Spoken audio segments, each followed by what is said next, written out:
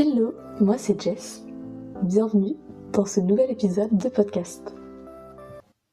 Aujourd'hui, je vais vous parler d'écouter son corps. Il y a beaucoup de choses à dire sur le sujet et je ne l'ai pas forcément préparé, donc je vais un peu le construire au fil de l'eau.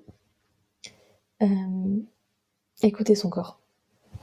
C'est quelque chose de très difficile quand on a tendance à être une personne qui est très dans le mental, très dans sa tête.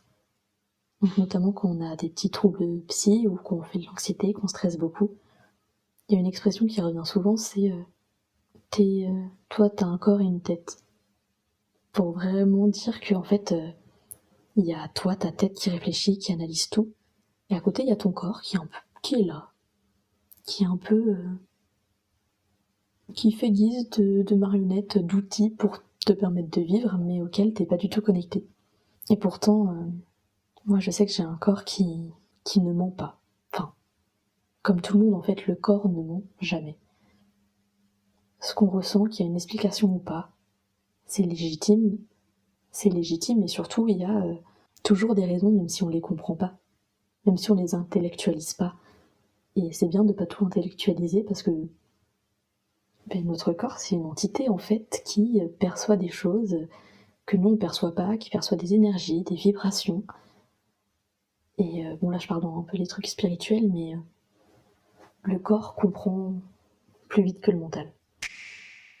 J'ai longtemps été coupée de mon corps parce que trop dans mon mental justement. Et au fur et à mesure des années, j'ai appris à me reconnecter à lui. Donc il y a plein de techniques, il y a le sport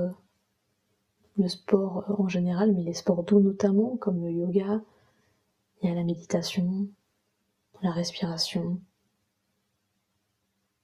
Je pense que l'art, c'est aussi quelque chose qui permet de se reconnecter à soi. Notamment la danse. Moi je sais que la danse, c'est merveilleux pour moi, que ça a un effet vraiment... Ouais, je me sens vibrer en fait. Je voulais revenir sur un petit événement qui a eu lieu récemment. Donc je vais vous parler un peu plus de ma vie perso. Voilà, je suis célibataire et j'étais en train de date un gars, donc on s'était vu déjà 2 fois. On apprenait à faire connaissance, on se parlait beaucoup, etc. Et sur le papier, il cochait énormément de cases, quoi. J'étais en mode waouh. Physiquement, je sentais pas spécialement d'attirance. Je sais pas, il n'y avait pas forcément la connexion. Ce petit truc qui normalement te donne envie de voir la personne, avec lui je l'avais pas.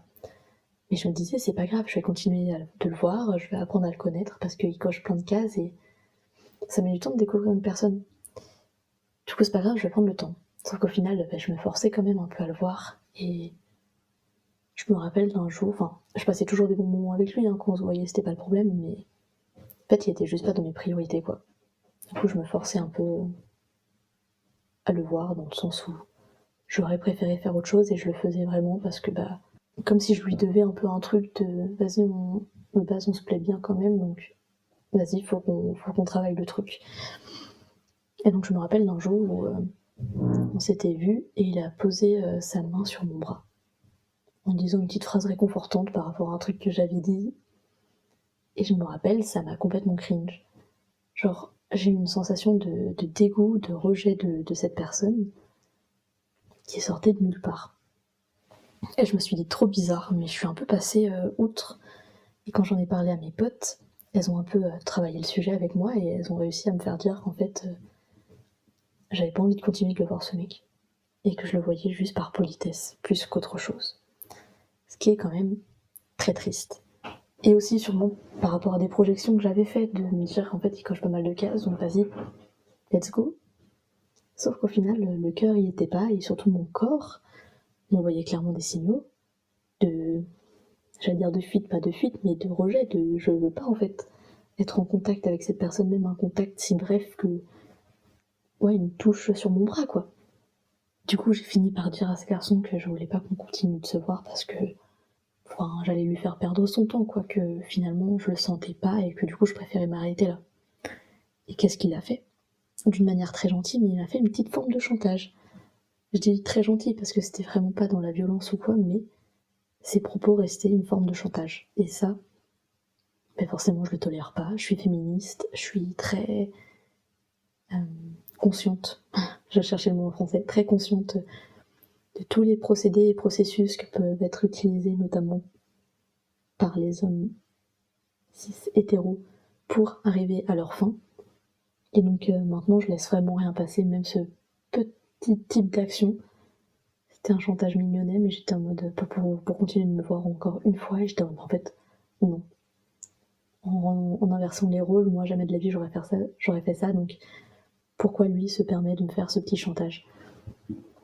Et en fait, quand j'ai eu ce message-là, alors qu'il était super réglo depuis le début, vraiment j'avais absolument rien à dire sur lui, en mal, ben je me suis dit en fait je pense que mon corps il a capté un truc avant moi.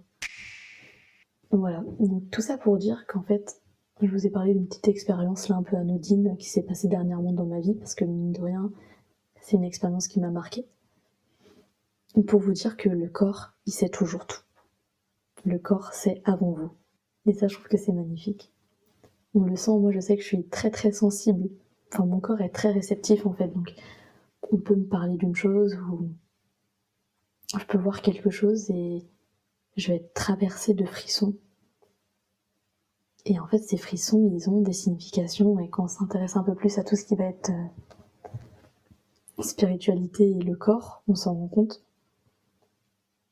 Et je trouve que c'est quelque chose d'incroyable à travailler, parce qu'une fois qu'on comprend le langage de son corps, ben je pense qu'on se comprend mieux soi-même. Et je trouve ça trop chouette, et c'est quelque chose que je veux développer. C'était le nouvel épisode de Pas après pas.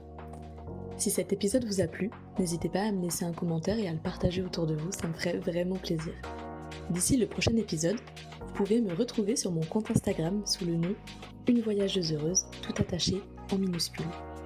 Je vous fais de gros bisous et je vous dis à la prochaine. Salut!